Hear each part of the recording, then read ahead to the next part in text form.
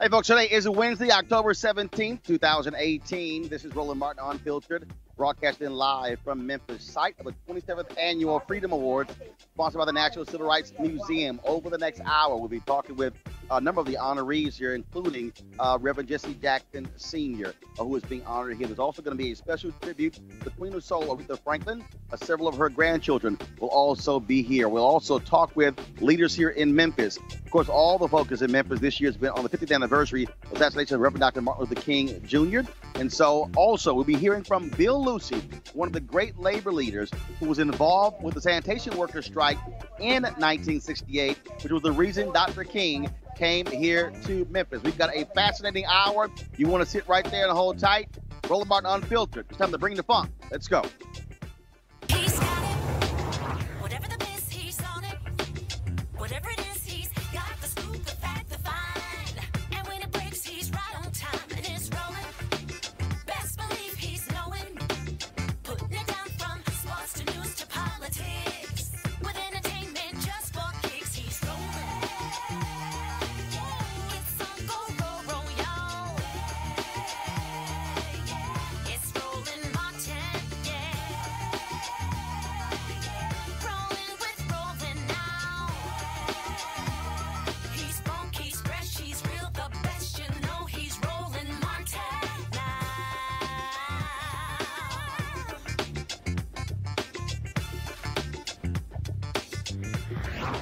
Martin.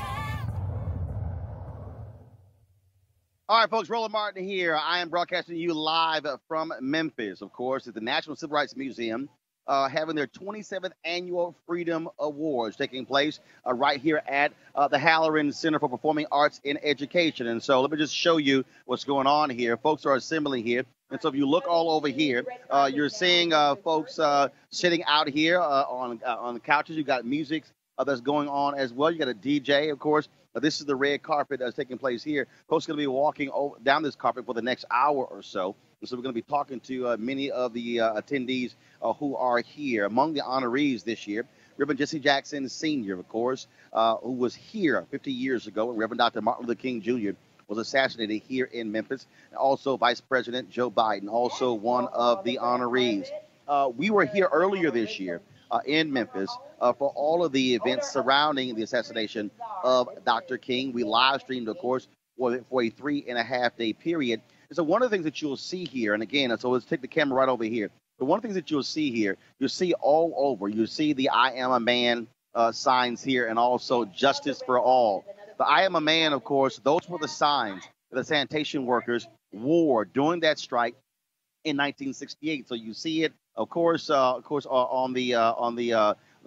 background there where you have the bar. You also see where you have the DJ as well, and so you see it all inside as well. And so, as I said, everything is everybody's been talking about Memphis all year. Of course, we also live streamed the opening of the I Am a Man Plaza, which was dedicated to the sanitation workers, just located right across from Claiborne Temple, where many of those meetings took place in 1968 when the sanitation workers, when they went on strike. Of course, that was in February of 1968, and it was Reverend Dr. James Lawson, who was a preacher here in Memphis, who was the one who they authorized to make the call to Dr. King to come to Memphis last week in Los Angeles.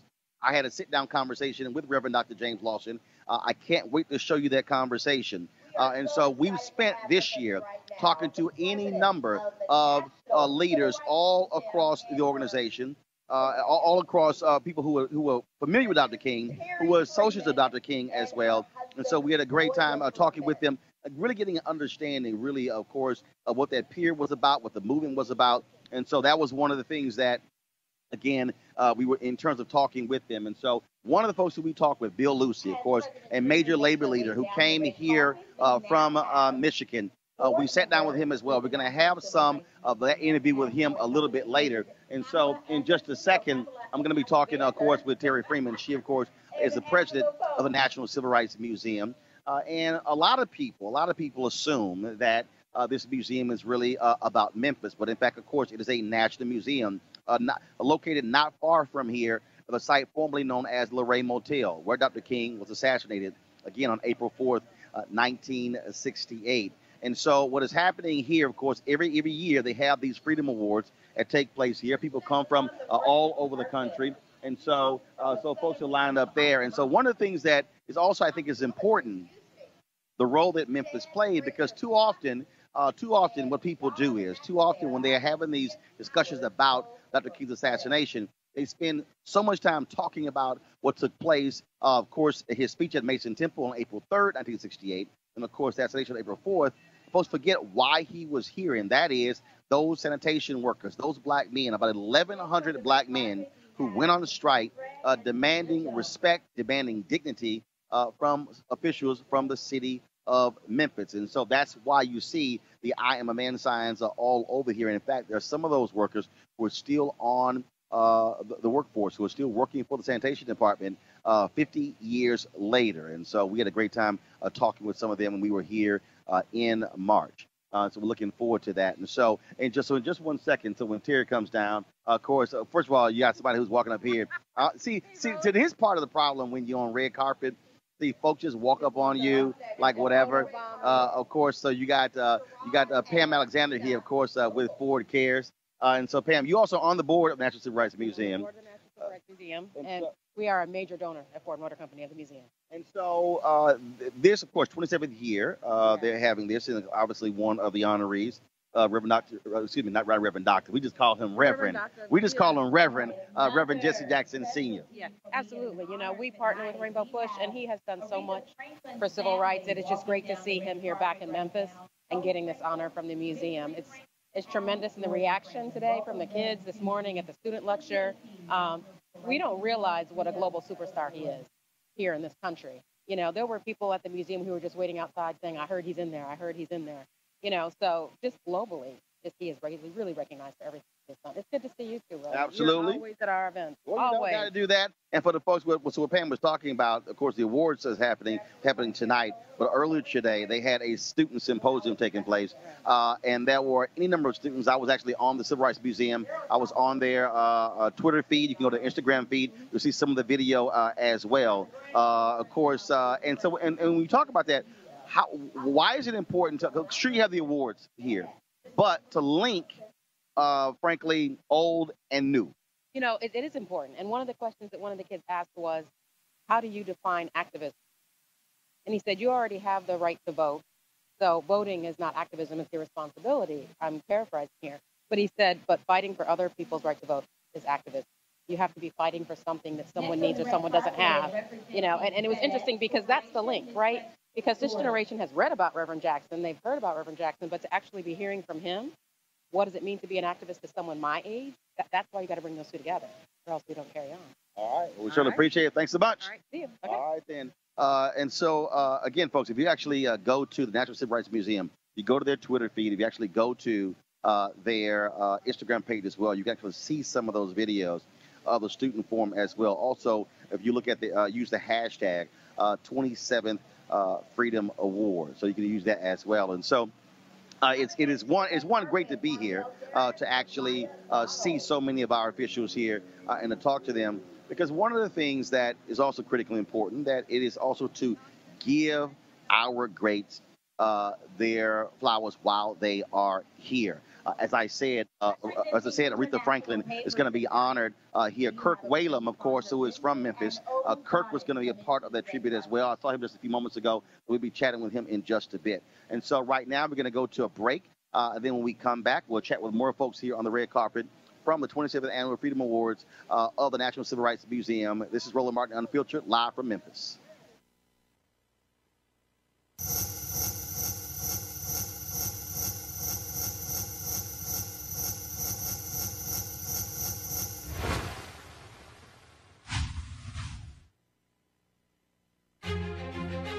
I must thank you for this great honor. I guess this takes bling to a whole new level. Tonight, you've made me feel like the cuts and bruises and scars of the communities that I stand for, the communities that I represent, are being honored, and for that, I'm extremely grateful. It's a reminder that the work isn't done, that the reporting isn't done, that the digging for stories and different voices isn't done. The National Civil Rights Museum every day helps to make America a more perfect union. I thank you so much for this award. Thank you for this award. Thank you. There comes a time that one must take a position that is neither safe, nor politically correct, nor popular, but one must take a position because his conscience tells him it's the right thing to do.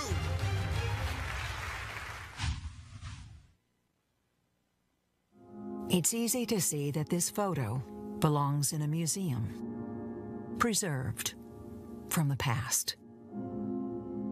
If only the ideas behind it could be a thing of the past as well. This photo is in black and white, historical, iconic. We study it so that we don't repeat the mistakes of our past.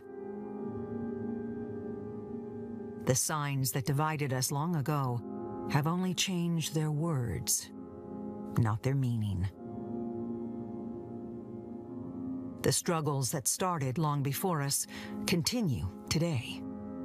But we've come too far to turn back now. The National Civil Rights Museum honors our past so that we may continue the work for our future. Through the telling of this American story, we examine the issues that plague us today, illuminating the need for civil rights, for global human rights. Because history has shown us you can make a difference. The National Civil Rights Museum, today's public square, serving as a catalyst for positive change. Be a part of that change. All right, folks, welcome back to Roland Martin Unfiltered here in Memphis from the 27th Annual Freedom Awards, sponsored by the National Civil Rights Museum. And so, again, the red carpet is taking place right now. In just a second, we're about to grab Terry Freeman here. Of course, she is the president of the museum. And so, hey, what's going on? How you doing? You all good? Step right on up here. So, first of all, you should feel good about today. Yes, I do. I really do. It's always a wonderful evening. The Freedom Award is really an opportunity to bring some of not just the nation's, but the world's best to Memphis and highlight the work that they have been doing in civil and human rights. And I don't think this year is any different. Why'd you choose the three honorees this year? Each of them had a connection to 1968, which is our theme. And we thought it was really important to find a mix. But, years past, we've been able to honor a lot of what I would call the icons of the movement. most of them have already been honored. Many of them are no longer with us. Reverend Jackson is still here. He hadn't been honored. It was time. And he's got such an illustrious career when it comes to civil rights. Vice President Biden, he graduated from law school the day Robert F. Kennedy was assassinated. It made a huge impact on him, and we know what he's done. And Pitt Hyde, who actually was kind of thrust into this in 1968 because he had to take over the company, was picketed by, folks who were upset with how the grocer was handling their employment issues. That's when he met Maxine Smith from the NAACP. They became fast friends, and he's been in it since then and really focused on education reform as well. So we just thought they were very, very worthy honorees. You obviously have had so much attention on the museum this year because of the 50th anniversary of Dr. King's assassination. What are your plans moving forward as we move away from many of the historical civil rights anniversaries? Right. So first off, yes, it's a history museum, but it's history, frankly, that continues to move forward, right? We're in these cycles. Look at where we are right now. I would say that we're in a new civil rights movement. So I think that there's a lot of the work left undone that we talked about at the 50th that continues to move forward. I think these historic elections that we are looking at, this election cycle with 3 African-American gubernatorial candidates, we got a lot of stuff to talk about.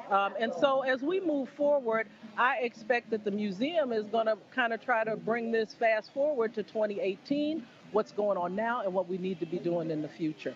That's what makes the museum, frankly, come to life. It's not just about what we show, it's about how we connect it to what's happening to today. There's a placard that's in the museum, and it's from a 18-year-old girl, and it says, all I want for my 18th birthday is a voter registration card. We are seeing, obviously, a renewed interest when it comes to voting. We're also still seeing massive voter suppression take place as well. And so here we are 50 years later, 53 years after the Voting Rights Act, and we're still, literally fighting the same thing. It happened in Georgia on Monday where, again, 30 senior citizens who are African-American were going to get on the bus, the Black Votes Matter vote, and an elected official calls it, I don't like that, take them off of the bus. Absolutely. We have, for the past 3 or 4 months, really been focused on Be Loud, Vote. Use your vote. We've been registering people. We've been working with other nonprofits to help educate about voting and what that is and why it's so important for people not just to register, but to actually get to the polls and vote. This whole voter suppression thing is incredibly concerning. It didn't just happen in Georgia. It happened here in Memphis for the elections that were happening in August, where they tried to shut down many of the early voting sites in predominantly African-American communities.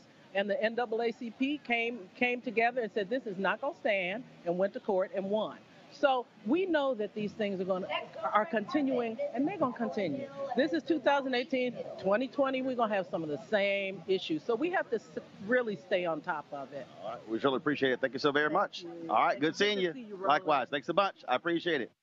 Good. All right, then. All right, folks, again, it is just slide right that way. There we go. There we go right there. And so, again, one of the things that we have been talking about on our show, Roland Martin Unfiltered, is the issue of voting. And that was really one of the things that was really focused on today with the students as well, really getting the next generation to understand the impact and the power of voting. And so when I talk about that particular placard, I mean, Terry, of all the things at the museum, that's the one thing that still is etched in my mind since the first time I actually visited.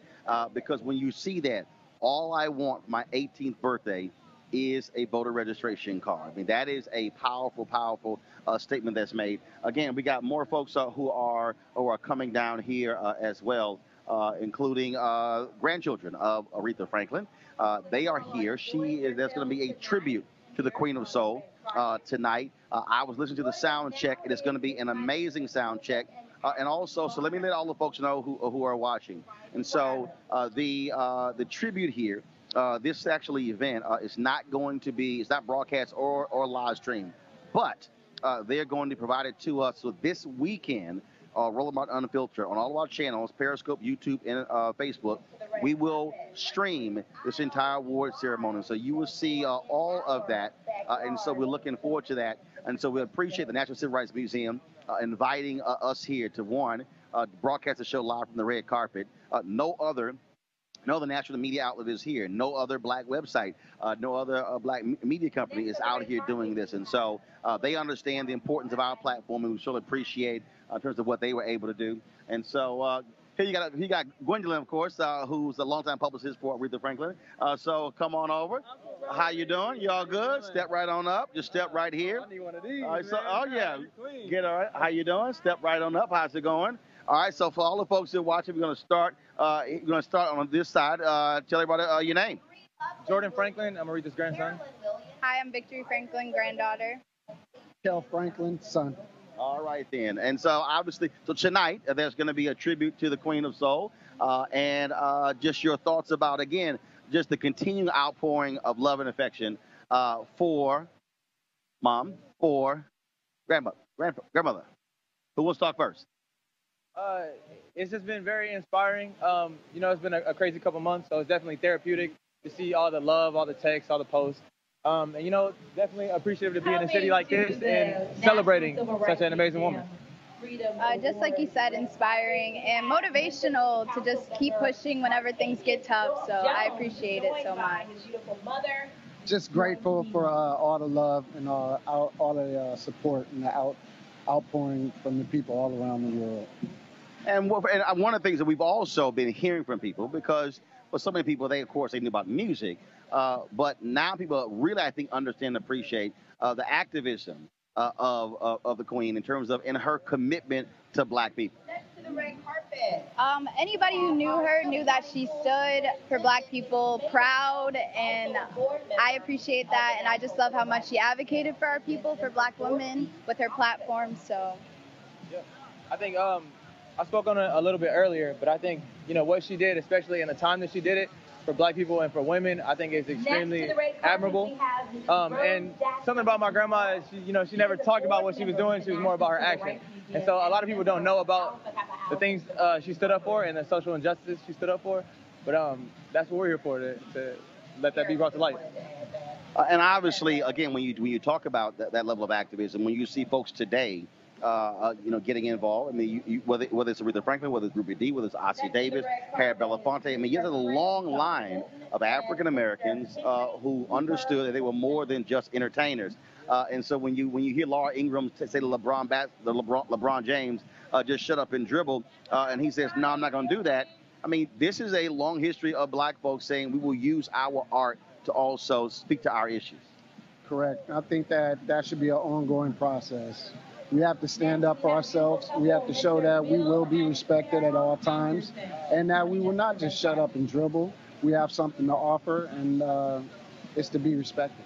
All right, then. Well, it's certainly good to see y'all. I heard some of the sound check a little bit earlier.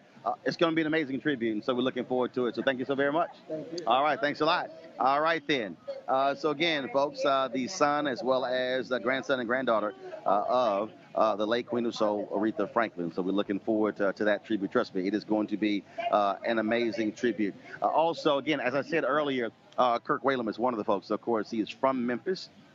Internationally known saxophonist, my favorite artist. I tell everybody, anything Kirk puts out, I buy first. And so we can't wait to also chat with him on the red carpet as well. Again, we'll also be hearing from some of the honorees, and so we can't wait to do that as well. But we're going to do this here. Before we do that, I was in Memphis earlier this year preparing for MLK 50. And we had an opportunity to sit down with Bill Lucy. For many of you likely have never heard of Bill Lucy. We think about our civil rights greats. Of course, we know about Reverend Dr. Martin Luther King Jr. We know about Andrew Young. We know about Hosea Williams and Reverend Jackson. We know about, to some, Diane Nash and others. But the reality is there were other people, the likes of Reverend Dr. James Lawson and Bill Lucy, who played a huge role when it came to the issue of civil rights. Ask anybody in the labor movement, and they know exactly who Bill Lucy is. And so here was our conversation that took place at the National Civil Rights Museum with the great labor leader, Bill Lucy. Bill, being in here, being Memphis, the meetings, the conversations, all of these things, what does it bring you back to? Well, it brings me back, Roland, to a point in my life where I learned the value of men who worked hard, yet the system denied them an opportunity just to be men. And I look at the photographs on the wall and think back as to what these men risked just to be treated with respect and dignity. And for me, it made the argument that I was one of the lucky ones. Really sort of standing on their shoulders, having an opportunity to not only help them be better men, but helping workers in general understand what it meant to struggle for just an opportunity to raise a family, to be a breadwinner, and to be treated with respect and dignity for the work that you did. And that's an incredibly humbling experience. But it also provided me with an opportunity to be able to talk this message and take this message and this movement to other people in other places. Where were you in 68?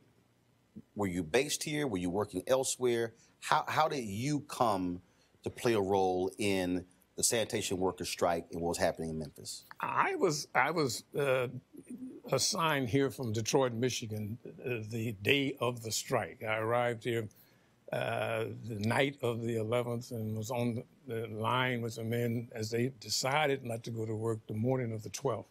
So from day one, I was here. The strike lasted 67 days.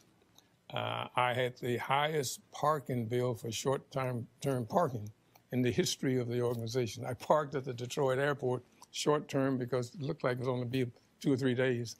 I came back 67 days with a $500 short-term parking bill. So, this was for not just black workers, but the lowest paid of black workers, an incredible struggle that they decided to take. It was not something that the union decided for them. They had simply spent enough time working with a lack of respect that they felt themselves they were entitled to, and they decided what they were going to do. And in contrast to a lot of the glory statements, what they said was, we want two things. We want to build a union, and we want the workers to afford that union so it could do what we wanted it to do. And that was the story that underlined this whole struggle. And for myself and other staff people, we learned a valuable lesson from them.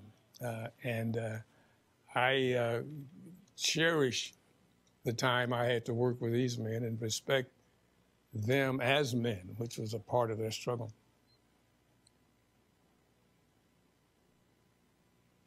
What was it about them that was different than other folks you worked with who were trying to fight for their labor rights? Was it something different about them? There was something fundamentally different about them. There's that piece in the Bible that talks about the poor being with you always, but nobody ever said they're going to be the same group. These were men who recognized that they had a job to do. They was proud to do it.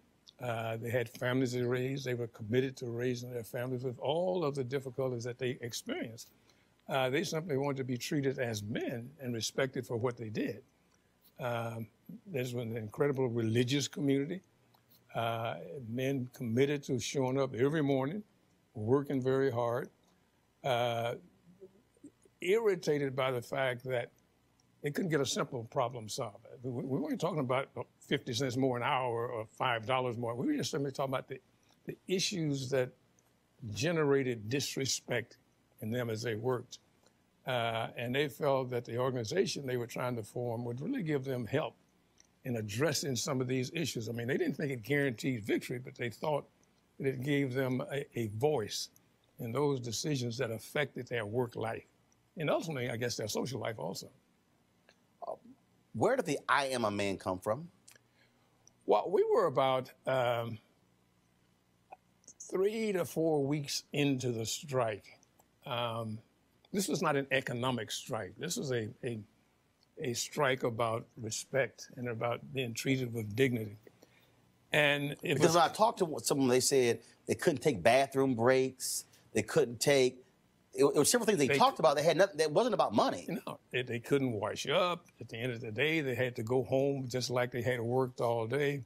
There was no such thing as lunch breaks. I mean, you had to. It was just a bad situation. We reflected, and not only poor management, but poor acceptance of the responsibility of management. And these men were paying the price for those who supervised them lacking either in commitment or sensitivity. And we tried to think through what is it that would reflect not only their commitment to this, but what is it that motivated them. There was a white pastor of the church, Cleveland Temple, a young fellow by the name of Malcolm Blackburn. After one of the real difficult days, he and I were tasked with trying to come up with some slogan that would symbolize this. So many of the pastors, so many of the community leaders had talked about the difficulties that these men work with once they themselves learned. And so we took some of their speeches, some of their slogans, some of their comments, and we just put a whole lot of words on the table to try and see what we could come up with that would be simple and short. So after maybe 2 hours worth of working with it, we came up with the slogan, I am a man.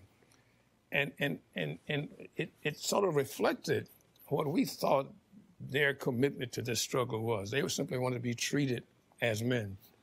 And, you know, across the South, you could go from boy to uncle to grandpa without ever landing on the position of man. And so when we put that on a sign, we had a march scheduled for the next day. We came up with that sign the night. The sign was printed in the print shop of the AME church. So when men saw them the next morning, folks were running, I want a sign like that. I want that kind of sign to put around my neck when we march. So why the underline of am? Well, speaking personally, I am. And if you think for a moment, these are the lowest of the low paid. These are garbage men. I made friends with a fellow by the name of Ed Gillis. He had worked for the city for 20 years. He earned $7.80 a day. And he wasn't complaining about it. I mean, he was much more committed to getting a resolution to a today problem. He'd worry about the rest of it later on. But it gave him a sense of pride. And for the work that they did, they simply want to be respected for it. And I had an interview with a reporter, and I said, when's the last time you told your garbage man thank you? You know, when is the last time you told him you appreciate what he does? And folks said, well, I never thought about it. And that was almost symptomatic of the conditions that these men had. And that was across the city. It wasn't uniquely to the white community or the black community. They didn't get respect from anybody because nobody understood what they did. Most of us, we put the garbage out back and we figure it just disappears. And the fact that they wanted to be respected for what they did and to be treated as a man. And that became a piece of glue that you couldn't change to this day.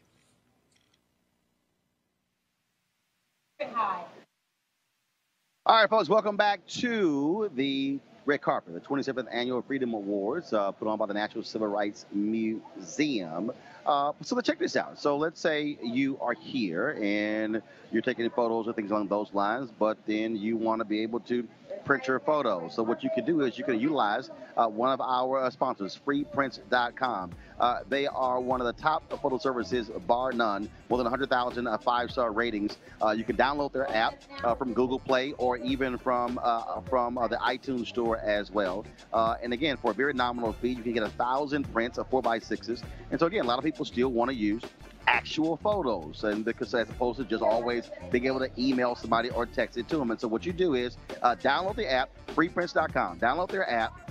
then you're able to actually print photos directly from Instagram, from Twitter, or from Facebook as well. And so for me, look, I got lots of fans, and so they want me to autograph photos. A little hard to autograph a digital photo, and so use freeprints.com and do this here. When they ask how'd you hear about it, put in the code Roland. Put in the code Roland. That's a special code that you use, so they know exactly that our viewers, our fans, are actually utilizing the service. So again, freeprints.com. Download the app from Google Play, from iTunes as well. All right, folks, as I said, we're here in Memphis in about 30 to 45 minutes. Of course, the 27th Annual Freedom Awards will actually begin, and the person who is actually hosting the Freedom Awards is Michaela Angela Davis. And of course, Michaela, she is a journalist, she's activist, she's all that sort of stuff, and she doesn't like perms. Welcome to the red carpet. She's Miss Art Natural. What's happening? What's up? How are you? Oh, so you got the black and gold memo? Yes, I did. I got my Dapper Dan memo. Oh, yes, your Dapper Dan memo. Okay, but you know, we've been in the alpha. You know, it's black and gold. Okay, I got it. I'm so happy to match you, and I'm so happy to be on the carpet with you. So you're hosting tonight? I am. This is my second year, and what a year. Bro, like this was a destination. I felt like I was going to Disneyland. Like it's a destination to just get filled up with hope and history.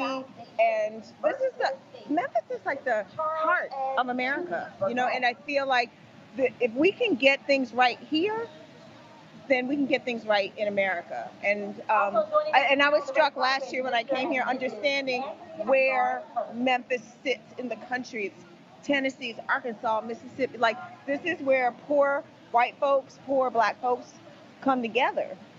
So, yeah, and as Reverend Jackson said today, this is Calvary. You know, this is where we lost our king, but we found something else. And there's something powerful about being here. So, yeah. Well, one of the things also, I mean, you're still dealing with a lot of these issues. I mean, recently they had a trial that took place where many of the activists in the city were being, spied upon, if you will, by the police department.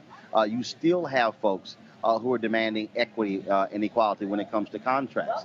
The fact that you have this majority black city and you still have black folks who do not have their lion's share of contracts. And then you have this constant battle with, again, white leaders in Memphis controlling the economic levers, but then you have black numbers. Yeah, it's like South Africa. It's like, you know, there are places, white economic power, white supremacy is a hard thing to undo. And I think even in our most progressive places, that's the American conundrum. Yeah, because look, at the end of the day, look, America's about money. I tell everybody all the time, if you want to understand America, when you go to Washington, D.C., you look at the White House, there's a White House, there's only one federal agency sharing along the White House, Treasury Department. Power, money, money, power. And all the decisions can be traced back to that, right? Like why, even here in Memphis, I was at the museum again today, and it just struck me about that 3 black men bought the Lorraine Motel, right? But so they had to do that in order to hold on to the actual space. But at the same time, down the road, there was a statue of a Seminole Klans member, a slave owner, and he was a triple threat. Right there in the middle, like a monument to him, right, you know, walking distance to the Civil Rights Museum. So that lets you know that they're clear, like, who's still in power here? Like, let's, you know, so that's the American contradiction. That what's interesting about this moment is it's all out, and we're talking about it in real time. That white power and white structures that have oppressed everybody, particularly poor white folks. And I think that's what's interesting about it. And they don't even realize it. They do not, because it was a strategy to make them feel that they were at least over black folks. Things are bad, things are hard, but at least you're not that. It's a diabolical but really genius strategy in how to keep money in people's pockets. I mean, you made poor white people overseers, and they still feel like they're overseers.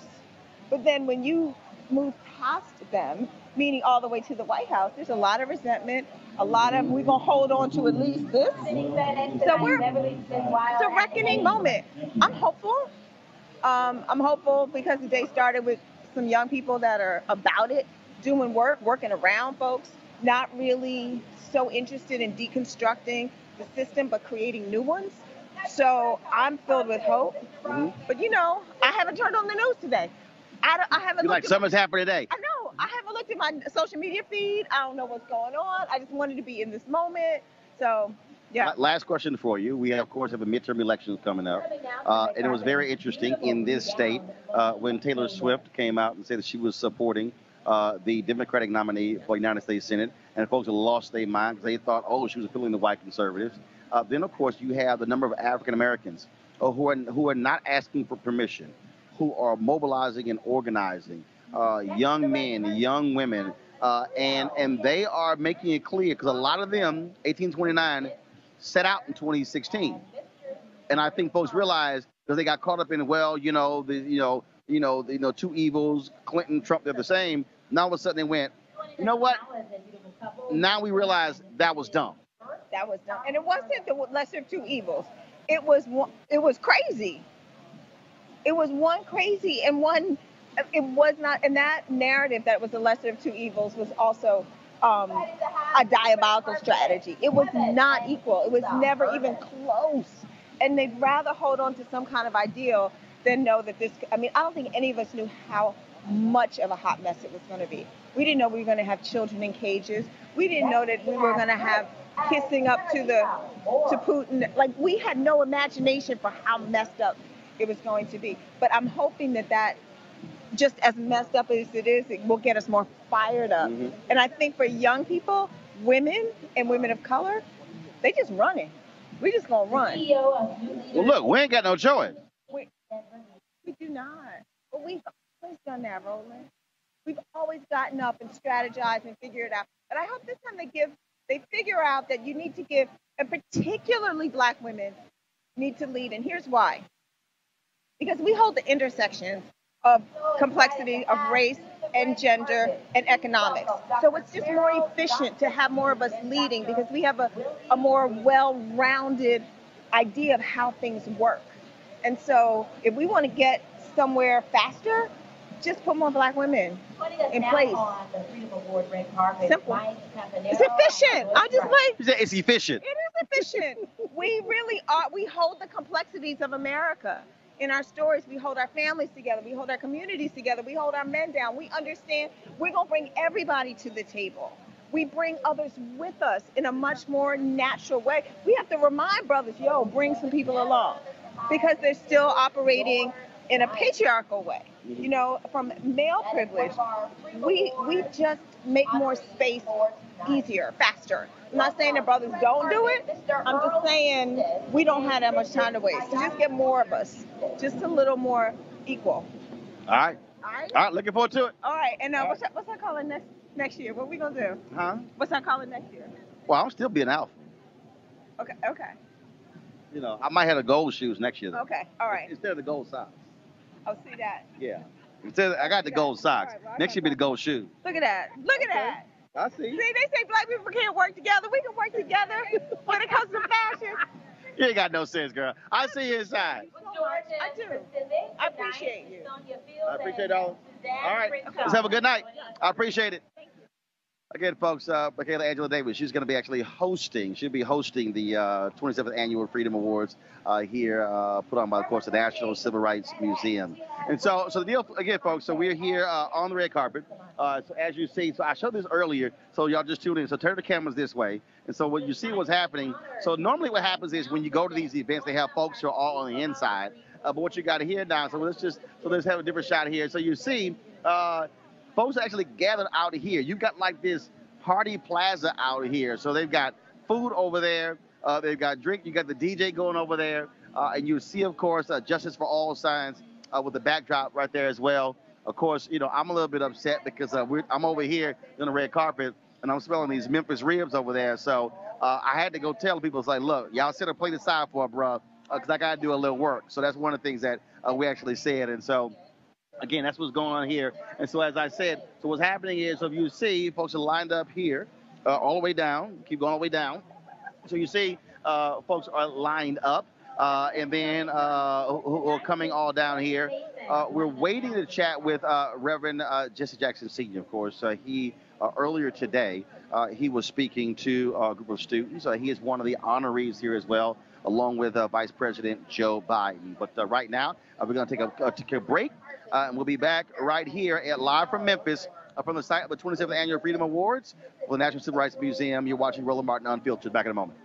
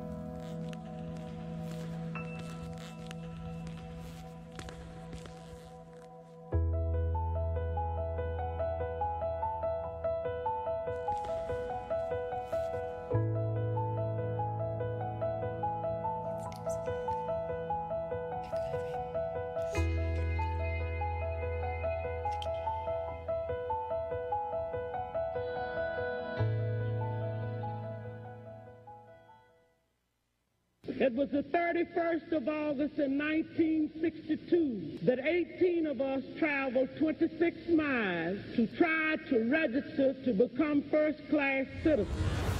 The National Civil Rights Museum is an American story. Sit with Rosa Parks on the Montgomery bus.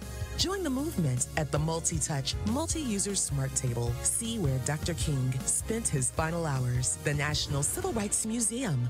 Visit, join, give. All right, folks, welcome back to the 27th Annual Freedom Awards, sponsored by the National Civil Rights Museum. Joining us right now is one of the three honorees, Pitt Hyde. First of all, good to see you. Oh, it's a pleasure. First and foremost, 1968 obviously was a tumultuous year for this country, not only with Dr. King's assassination, but also Robert F. Kennedy. For you, you walked into quite the situation as well. So for folks who don't know, tell us about it. 68 was obviously a tragic year for our city and our country with the assassination of Dr. King. And it was also a significant year for me in many more ways in that I had just taken over as CEO of Malone and Hyde, our family business, because my father became ill. And so here I was at 26 trying to run this company, and we had this tragedy take place. One good thing that came out of 68 with me was that Maxine Smith, who was the head of the NAACP at the time, she was leading a group, and they were picketing their neighborhood supermarket, which happened to be one of our stores. And, of course, I hadn't met Maxine at that point.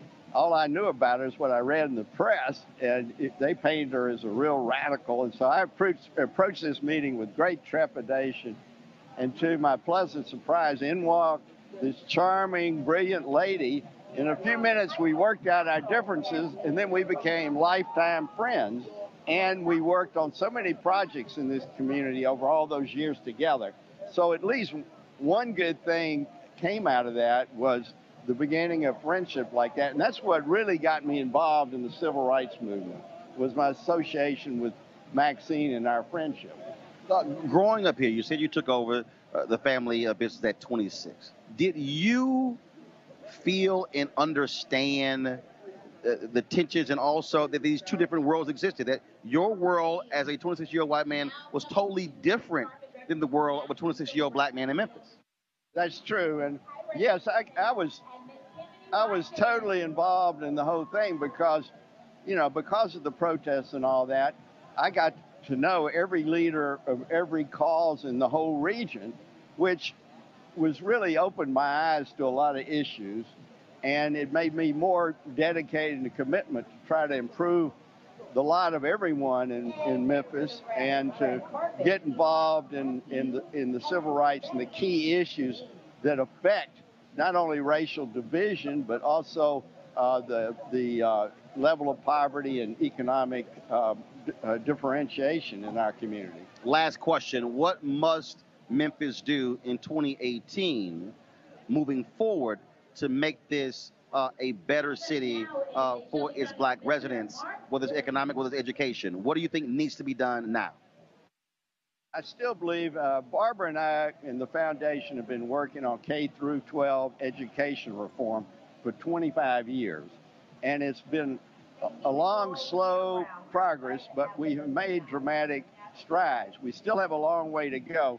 But really, that's the thing I'm most excited about, because nothing empowers the individual to be in a position to solve their own problems, both economically and every other respect, than a quality education. Because if a kid, no matter from how poverty situation they may come from, it's been shown put in the right classroom with the right teachers, they can be on a totally different path. And if they become that productive individual, they will get a good job, and then they'll come back and help their family and their neighbors and be a real contributing factor to help move Memphis forward. So both in the short run and the long run, to me, that's the most critical underpinning to ultimately solve poverty within our community. All right. Pitt Hyde, congratulations on being the Freedom Award honoree. Thanks so much. I appreciate it. Again, Pitt Hyde, one of the 3 honorees this year of the National Civil Rights Museum Freedom Award, along with Reverend Jesse Jackson Sr. and also Vice President Joe Biden. So, folks, again, we are still seeing folks come down. I'm going to be grabbing a couple other different people here. We're waiting for Reverend Jackson to arrive. And one of the things that I think is important, and you've been seeing this, where Reverend Jackson has been honored by a number of different people. As you know, Reverend Jackson had the diagnosis of Parkinson's disease. And so he has been dealing with that. He's been battling with that. And I think one of the things that for so many of us, he recently celebrated his 78th birthday with a celebration in Los Angeles, but also one in Atlanta. And I think for so many people who they saw Reverend Jackson all over the place, they saw him attending so many different places, and so he was very familiar to so many of us. I think a lot of people really don't understand, as Pam Alexander Ford said earlier, how iconic, how global Reverend Jesse Jackson Sr. is. Anybody, you talk to any of the folks who have worked with him, when he travels across the globe, when he travels overseas, I mean, he is received like a head of state. It was here, of course, in Memphis, April 4th, 1968. He was here at the Lorraine Motel when Reverend Dr. Martin Luther King Jr. was assassinated. Dr. King sent Reverend Jackson to Chicago to be over Operation Breadbasket. That was the economic arm of the SCLC. What they did was they used their economic power to actually force businesses to provide opportunities for African Americans. If you get a chance, what you should do is, if you would go to iTunes, you can actually hear the speech that Dr. King gave to SCLC in August of 1967, where he gave his speech, Where Do We Go From Here, Chaos or Community? And in that speech, Dr. King talked about breadbasket, talked about how they effectively use the threat of boycotts to get companies to change. There's this great story he tells about Seal Milk in Cleveland. They refused to do business with African Americans. And so what then happened was they began to target Seal Milk, began to launch protests. Well, that was a convenience store that had those products on the shelves. And so then they targeted those convenience stores. Bob Brown, of course, who worked for the company, also was working with Dr. King and SCLC. They arranged a meeting, and they met with the CEO of that particular company. Not only did he then tell Seal Milk, if you don't change your policies, we're going to remove your milk from those black stores. He said they were going to remove the milk from all of their stores across the state of Ohio. Guess what? They were able to have a deal. And so Reverend Jackson goes to Chicago. That's how they use breadbasket, also change the economic conditions. And so what people don't understand is that many of your black millionaires, I'm talking about people who had food products, individuals who had hair products. They could not get their goods on store shelves with grocery stores, also convenience stores, drug stores. And so Breadbasket was the hammer, if you will, where they said, fine, if you don't do this, we're going to unleash all of these black churches against you.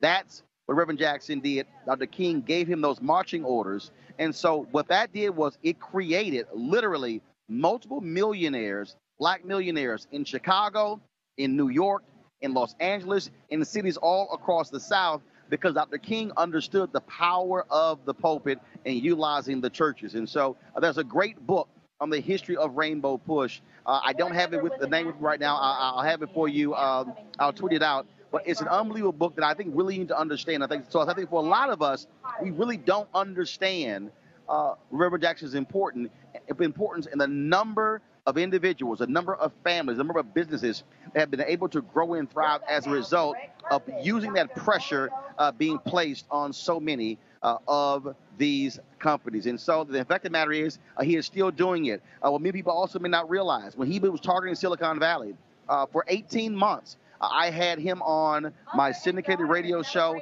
and my TV One show every Tuesday, hammering Silicon Valley, hammering Facebook and Apple and Twitter. And that's how they've been able to really change what has been happening there as well. And so there are a lot of people who say all sorts of things about Reverend Jackson, have been critical of him. I've been critical of him. I've been critical of him to his face. We've had these conversations.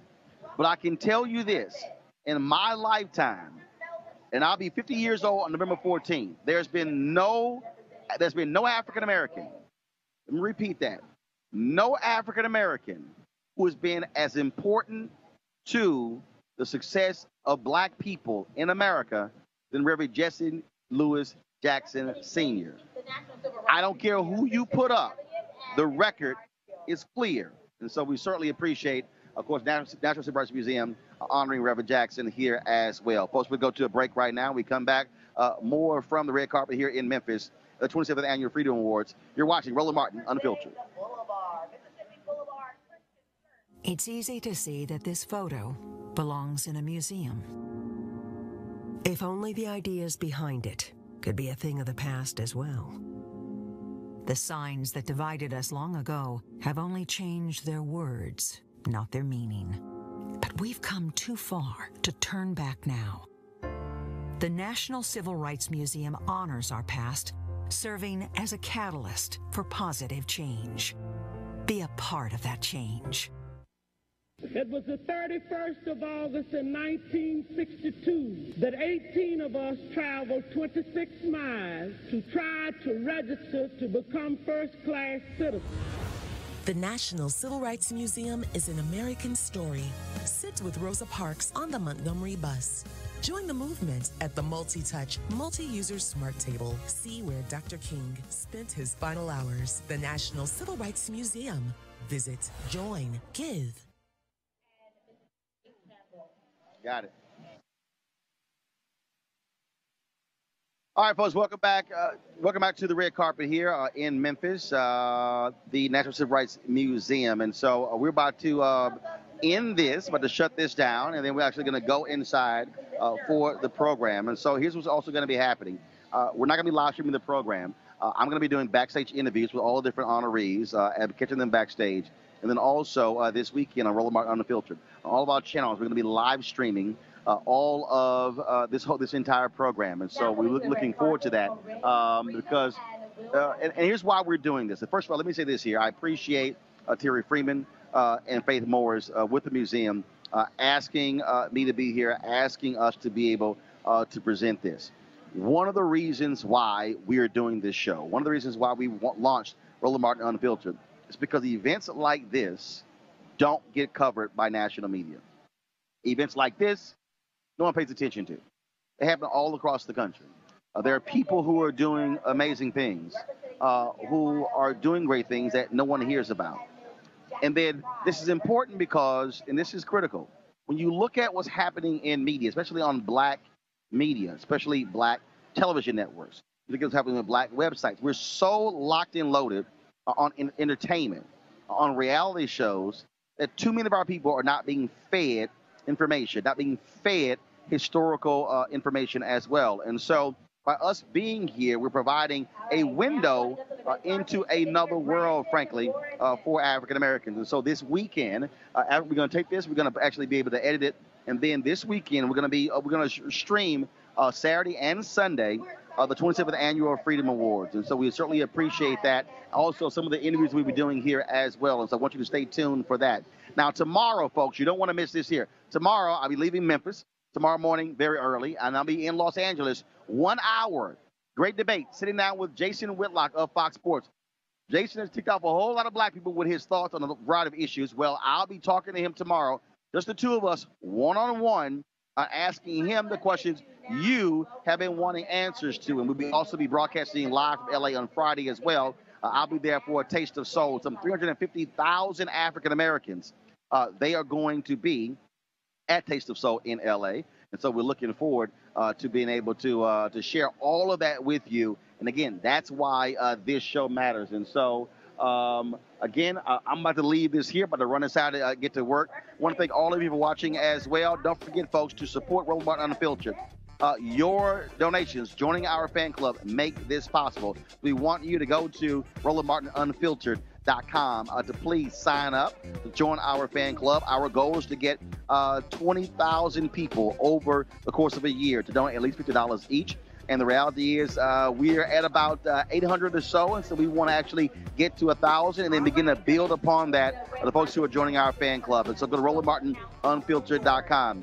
All right, folks, that is it for me, and we certainly hope you enjoyed this, and we'll have more of this on this other weekend. Again, we thank everybody again from the 27th Annual Freedom Awards here for the National Civil Rights Museum in Memphis, Roland Martin Unfiltered. Holla! It was the 31st of August in 1962 that 18 of us traveled 26 miles to try to register to become first-class citizens. The National Civil Rights Museum is an American story. Sit with Rosa Parks on the Montgomery bus. Join the movement at the multi-touch, multi-user smart table. See where Dr. King spent his final hours. The National Civil Rights Museum. Visit, join, give.